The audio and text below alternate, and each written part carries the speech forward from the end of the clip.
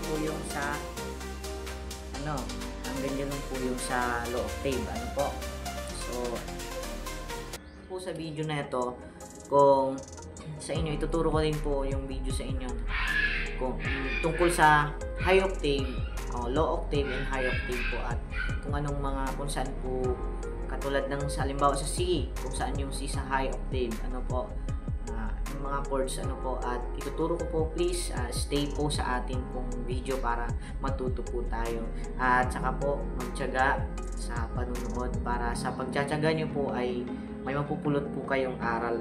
So thank you.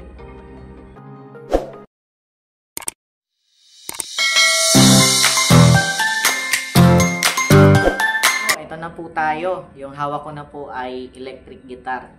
Ito po yung electric guitar na binili nila, yung assistant pastor po rito sa amin. Binili niya po sa Shopee, at nagagamit naman po, So, ito po, napakaganda po maganda po yung gitarang ito. At saka bago po siya, ito po yung brand niya, Irene. At saka andito po ako sa loob ng bahay, sambahan, So, ito po yung ginagamit ko na guitar effect pedal, yung kubabe. Ito po, papakita ko po sa inyo. Yan, po. So, maganda po siya. Ito po siya, diba? Kaya po, yung mga nais na bumili, mag-ipon. Actually, yung binili ko po nito, talagang nag-pray ako na, Lord, provision po para sa nais kong bumili po ng guitar effect pedal. So nagtrabaho po ako nito nung halos week yung trabaho ko po. Ilang week yun. Gumawa po kami ng bahay construction, so tumulong lang naman ako. So ito po yung naging bunga, so provision po ito ni Lord. Kahit ako po yung nagtrabaho, hindi po yun galing sa akin, kasi yung kalakasan ko ay nangagaling po sa Diyos. So simulan na po natin yung pag-aral po natin. Saan yung low octave, high octave, So ayan, balik po tayo. Ito po yung ang low octave po ay dito po siya, So, atasan ko ng kaunti para makita nyo. Ito po siya. Hanggang 12 fret. Tama po. 1, 2, 3. Inaan ko lang yung screen niya. Ayun yung niya. Ayan po. Yung niya. So, ayan po. Yung fretboard po ang tawag nito, 1 hanggang 12. 1, 2, 3, 4, 5, 6, 7, 8, 9, 10, 11, 12. Hanggang dito po siya, 12. Yan po, low octave yan. Low octave po yan, Dito naman po sa, yan po yung high octave yung natira. Ito, 1, 2, 3, 4, 5, 6, 7, 8, 9, 10. Hanggang 10 po siya. Ito po yung hangganan ng, low octave. At ito naman po yung simula. Ito po yung simula ng high octave. So ito po sa key of C po ako, ituturo ko po sa inyo. Ito po yung kadalasang nagamit, C. Anong ko po yung volume. Ay, ito po siya. Yan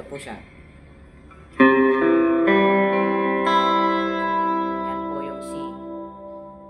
Hahanapin po natin kung saan yung C sa low octave. Hanapin po niyan dito. Ito po yung original C. Nakikita niyo po? Yan. Ito po siya. C. Kadalasan ginagamit ko po siya yung merong parang flat. Ito po siya. Sa 1, 2, 3, 5th fret yung hinliliit saka yung isa. At ito po siya. Ganito po. Para siyang B. Yan, ganyan po siya. C po siya, Pero yung ini-strum ko po niyan is dito lang. 1, 2, 3. Ganyan po. Diba? Nag-iba na yung tono. Yan, C. Pares po siya ng C. Tingnan niyo po yung C. Parehas po. C po yan, C. Yan, C po yan. Hindi po ito kasali. Pwede mo naman po siyang i-flat. C po yan. Ano po? C po yan. Asan yung isa? Ito po siya. Ay, mali. C, ito po siya. Yan. Kung titingnan nyo po, yung kamay ko.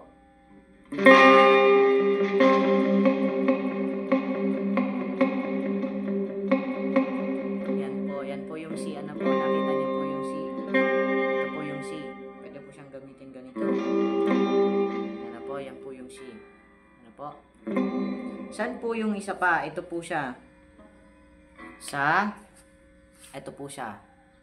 Pasensya na, mababa lang po ako, kaya di abos yung camera.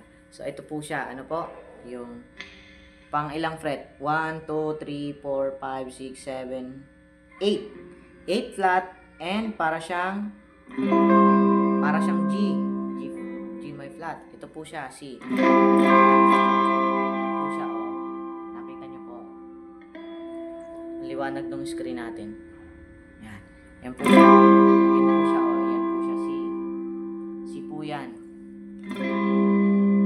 At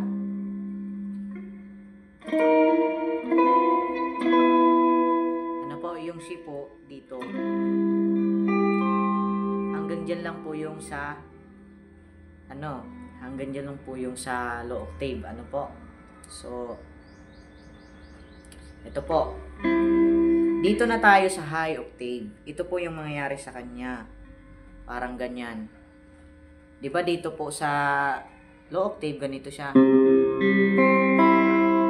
Parang ganito na rin. Ano po?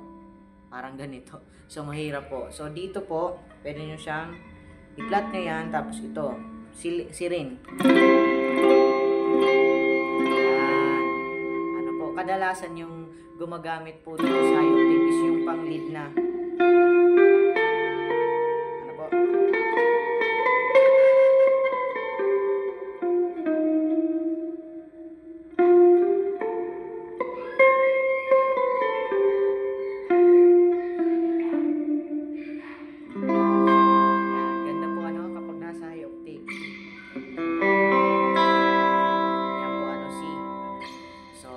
Yan po yung ano niya. Yan po yung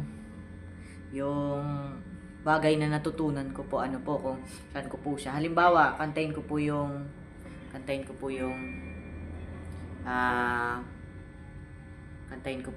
sa lahat ng panahon. Ay, hindi, Diyos ka sa amin, hindi sa lahat ng panahon. Ganito po siya kapag sa lahat ng panahon, Diyos ka.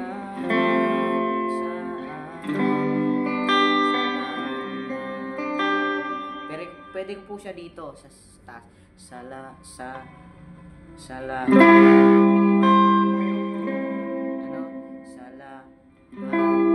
panahon. E minor po pala. Sa lahat ng panahon. Dito na po. Diyos ka sa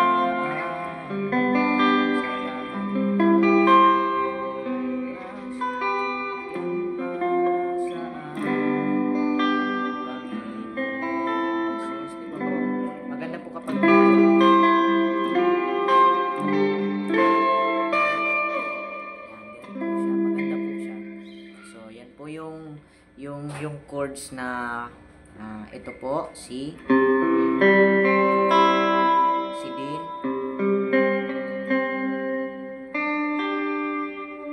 C din po, C din po, C din po. So yan, I pray and I hope po na may natutunan po kayo sa video ito. Salamat sa inyo pong pagtsatsaga. Ano po, kapag tayo may tiyaga, may matututunan po tayo. Ang pag-learn po ng gitara, inulit ko po, hindi po siya madali. Kailangan lang po talaga ng time. Kailangan lang po talagang bigyan mo ng panahon. Especially po yung ginagawa ko, ano po, is nagpipray ako kay Lord na ito'y magamit for His glory. Ano po. So, thanks for watching everyone, and God.